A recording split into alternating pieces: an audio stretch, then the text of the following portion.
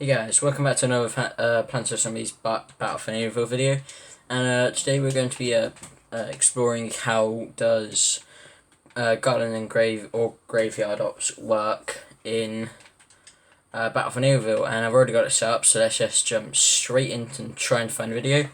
So you probably think it works exactly the same: 10 waves, one boss in the 5 and 10 levels, and then escape at the end. It doesn't work as you think it does. It's a bit different, and you probably think, well, you get a load of specialized waves during it, but it's a little tiny bit different. You'll see why. So we're going to be playing pea shooter, I think. So you get, obviously you think you get some maps. We're nearly finished on this one, I assume. And it kind of works just a tiny bit differently. It basically works like this: 5 waves, multiple bosses, or just one boss at the end. It depends on if how the machine rolls at the end. And we'll obviously play a couple of games of this. Yeah, so it works a tiny bit differently. Not too much, but just some minor differences. Where's this last zombie at? So we'll play maybe one or two games after this one. But it depends on how long the boss wave takes at the end.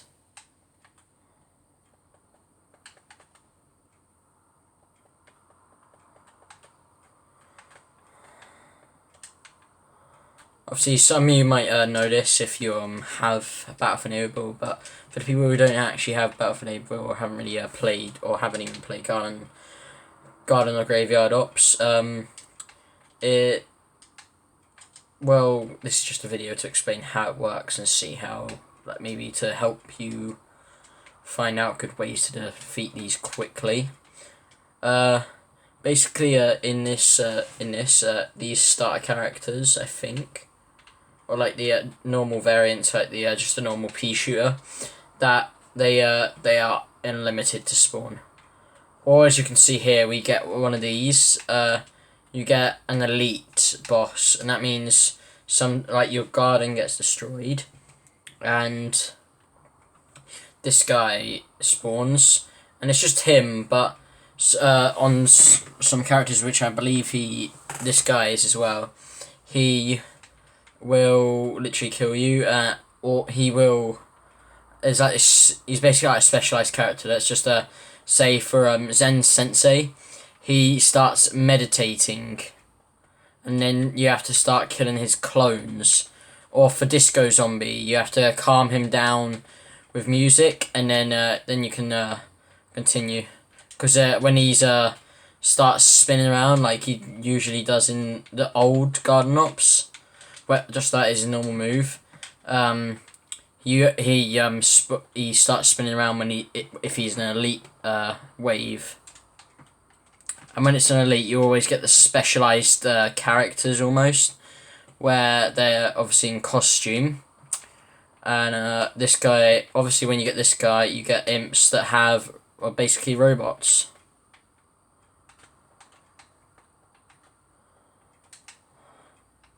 We're doing a couple of these. As I said, now we have to kill signal bots or something. Yeah, vanquish signal bots. But I haven't really done one of these before.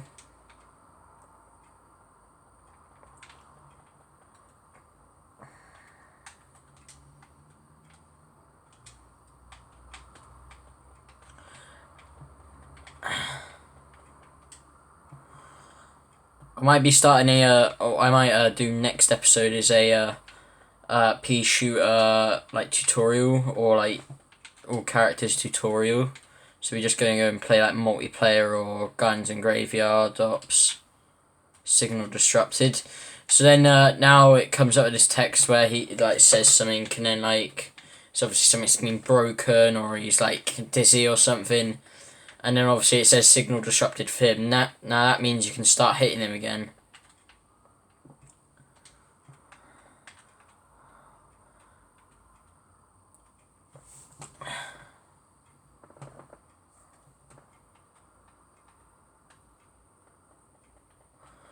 Obviously, every character might have like some customization on them when it's a specialized wave, like this one. Sometimes in this, I do recommend when you're playing plants, you play maybe Acorn, because when you get into his he's like I don't know what you call him, like trunk thing, tree. I'm just gonna call him oak thing for now, because I don't quite know all like the character's abilities yet.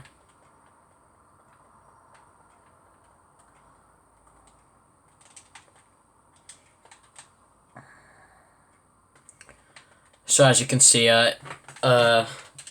basically the hyper that used to be in the old 2 series, or the old 2 games of like Plants vs Zombies. Your hyper is now basically your run, and then you have basically your super jump or something. Is now pretty much your RB ability, which obviously used to be your hyper.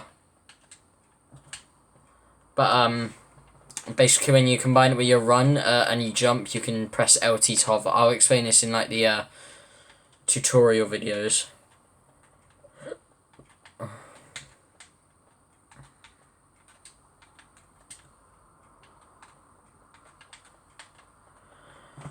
Come on. There we go. Wait, signal bots. You also don't have like self respawns. You have an auto spawn, so you have to wait 13 or like 15 seconds to respawn, or someone will try and revive you, but there's no. Oh no, never mind. I'm gonna get a respawn anyway. So anyway, then you get spawn protection.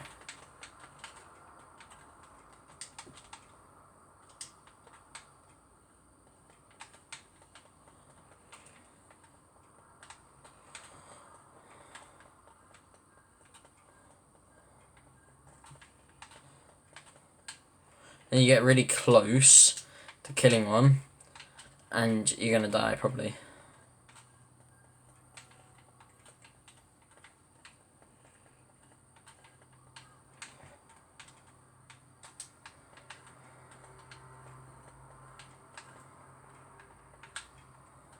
Oh, never mind. So you probably see the auto spawn in actually. Oh wait, you have to wait like 16 seconds for the auto spawn.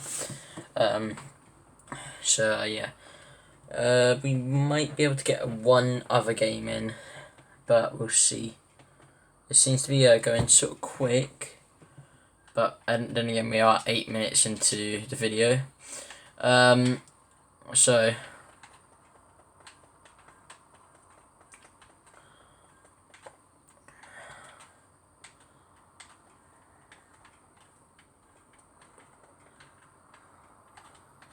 I think next game we might play like Acorn or something.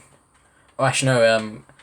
Whenever you play these, it's not just like like in the old Garden Warfare 2. Well, not old, but still obviously in the old Garden Warfare 2, you obviously had Garden Ops and Graveyard Ops, and if you selected one, you'd only just be able to play that one. So if you selected Garden Ops, you only get Garden Ops. If you selected Graveyard Ops, you only get Graveyard Ops.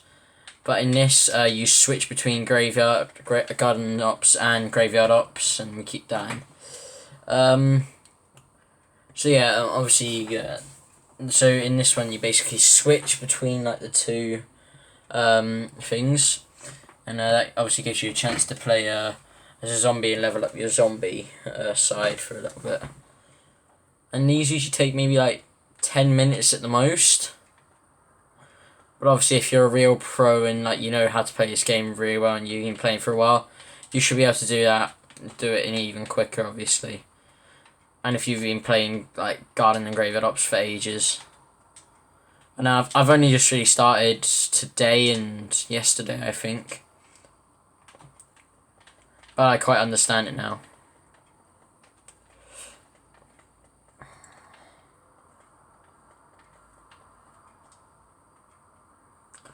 Right, let's just try and get as much. There we go. No.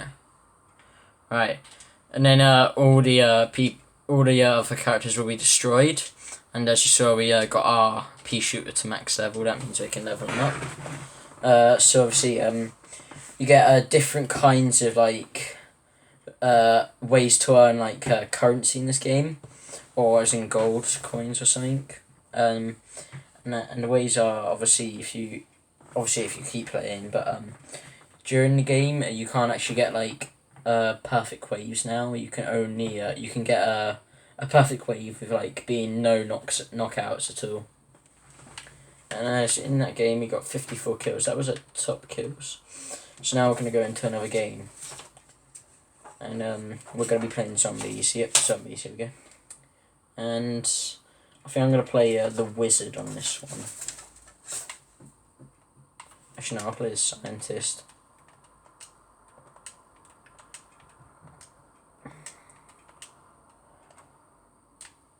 Never mind. So yeah, there is 3 of us now. So you get around about over 20 seconds, around maybe like 30 or something, to obviously build your bots, and obviously they're bringing back some of the bots from the Garden Warfare 2. And as I said, these starter characters you can use constantly, or like the rocket and the pea cannon pots and bots. Then instead of like just like the zombie face, you just get these warning signs saying there is zombies.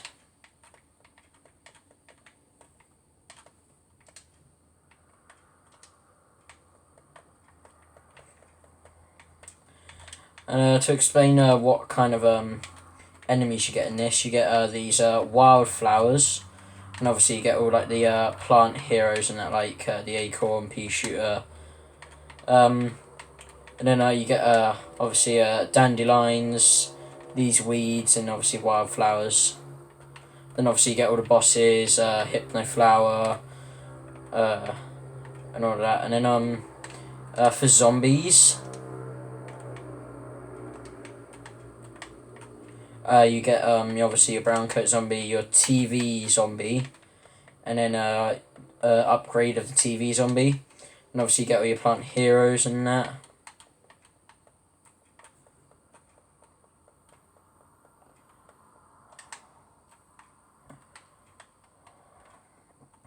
So yeah, what we could do is we could give some over health. Over health to you. Over health.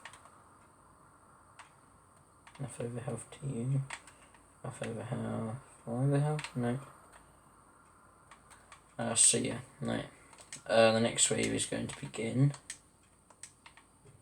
As I said, these waves really don't take long to do. Quite quick.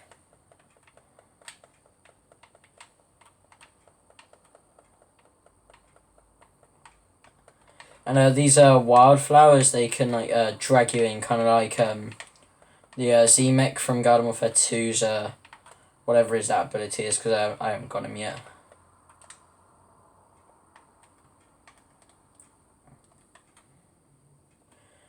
No. Also for zombies, obviously you get all the bosses like the Gargantua and all that. Hey, look, we already just got level 10 for Scientist. It's funny because I'm not really that good on the Scientist in Garden Warfare 2 or Garden Warfare 1, but for some reason this, I seem to be very good at him. Maybe it's because he has a sort of easier abilities. Like rather than having to get close to your teammates to heal them, you can kind of heal them more like further away with obviously I think his sticky bomb has been replaced with his what's it called? His sticky bomb has been replaced with this thing. I'm just gonna call it the heal bomb for now.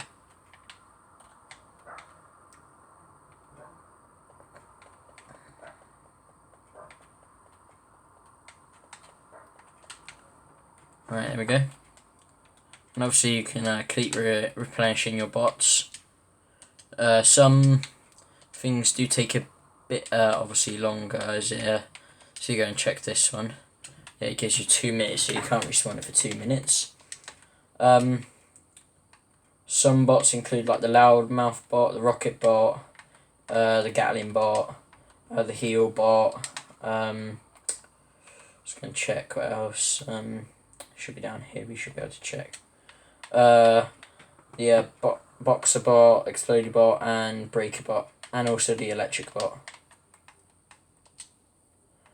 So now obviously we have a specialised wave, and in this specialised wave it looks like we have to kill a marigold.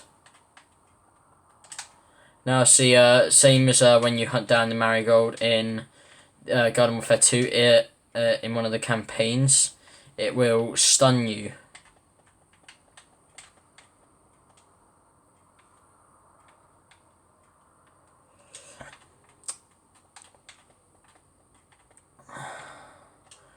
Also, Battle for Neighbourville itself is a bit different because now you can actually see like your enemies, or like the or your enemies. You can actually see your enemy's health bar, and that goes to the players as well. Rather than just seeing like as a scientist your teammates' health bar, you can actually see your enemy's health bar. As you can see right here, we're taking out a lot of its health, but not enough of its health. It'd be good if my team actually helped. Obviously it does that little flip to stun you.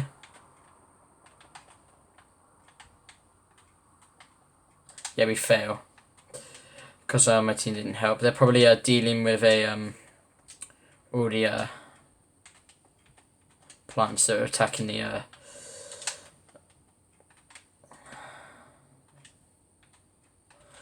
and also you can also give over health to a scientist. I'll explain this all when I start doing like tutorial videos and that about these guys. Obviously I probably shouldn't actually do these tutorial videos, even though they are quite good. They'll probably help a lot of you complete a lot of actually obviously then you can like start figuring out good ways to like get kills and play the game. You can we'll try and do all the characters probably near each other, maybe like a couple episodes obviously in between. But yeah.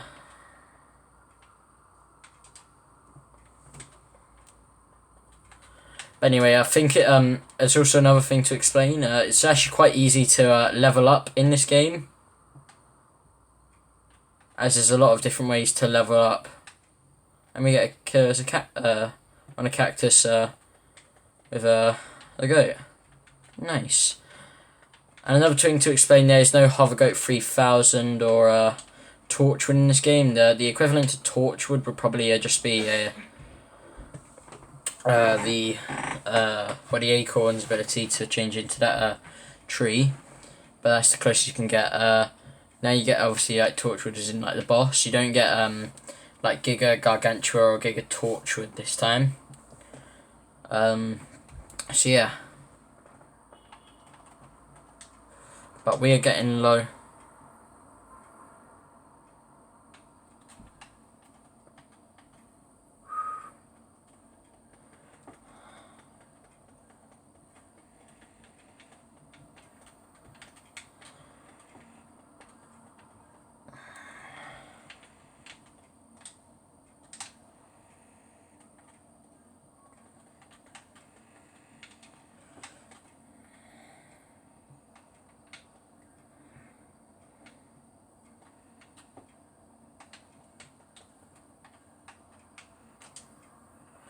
You can also change direction of which you're going as a scientist. I'll explain all of this in tutorial videos, but same as the acorn's ability to move around like a teleport.